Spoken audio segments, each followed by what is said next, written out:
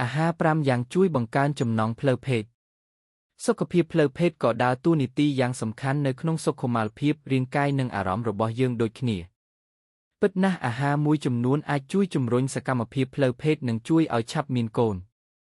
ដូច្នេះហើយសម្រាប់ប្រុសៗដែលចង់ទប់ទល់នឹងប្រតិបត្តិការលើគ្រែបានយូរក៏ដូចជាបង្កើនចំណង់ផ្លូវភេទគួរសាកល្បងញ៉ាំអាហារប៉ុន្មានមុខនេះ1. Oyster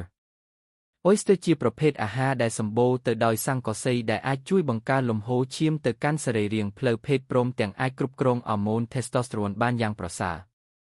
យ៉ាងណាមិញប្រសិនបើយើងខ្វះស័ង្កសីវាអាចជះឥទ្ធិពលអវិជ្ជមានលើសេរ៉ូម Testosterone ក៏ដូចជារារាំងការបង្កើតមេជីវិតឈ្មោល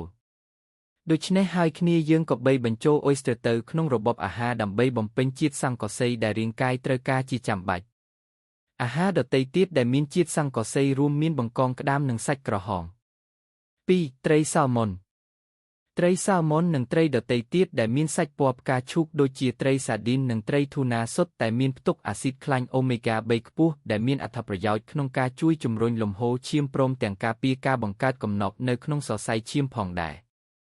បន្ថែមពីនេះអាស៊ីតអូមេហ្គា 3 មានសក្តានុពលក្នុងការកាត់បន្ថយហានិភ័យនៃជំងឺសរសៃឈាមបេះដូងនិងបរិមាណខ្លាញ់ត្រីគ្លីសេរ៉េតនៅក្នុងឈាមជាមួយនឹងការពង្រឹងប្រព័ន្ធឈាមរត់ហានិភ័យនៃការកើតជំងឺជាក់លាក់មួយចំនួនដែលអាចប៉ះពាល់ដល់មុខងារផ្លូវភេទក៏ត្រូវបានកាត់បន្ថយក្រៅពីអាស៊ីតខ្លាញ់អូមេហ្គា 3 ប្រុសយើងក៏អាចបង្កើនថាមពលនៅពេលប្រតិបត្តិការលើគ្រែដោយញ៉ាំពួកត្រីដែលសម្បូរប្រូតេអ៊ីនជាតិដែកស័ង្កសីវីតាមីន B12 និងវីតាមីន C 3. ផ្លែឈើការញ៉ាំផ្លែឈើឲ្យបានច្រើនអាចកាត់បន្ថយហានិភ័យនៃបញ្ហាលឹងមិនឡើងរឹងបានចំនួន14ពីព្រោះតែពួកផ្លែឈើដូចជាផ្លែបឺរីទំពាំងបាយជូរប៉ោមនិងផ្លែក្រូចសម្បូរទៅដោយសារជាតិ flavonoid ខ្ពស់ចំណែកឯផ្លែឪឡឹកក៏អាចជួយឲ្យលឹងឆាប់ឡើងរឹងនិងបង្កើនចំណង់ផ្លូវភេទដោយសារតែវាផ្ទុកសារធាតុ citrulline ដែលបញ្ចេញអាស៊ីតអាមីណូនៅក្នុងរាងកាយ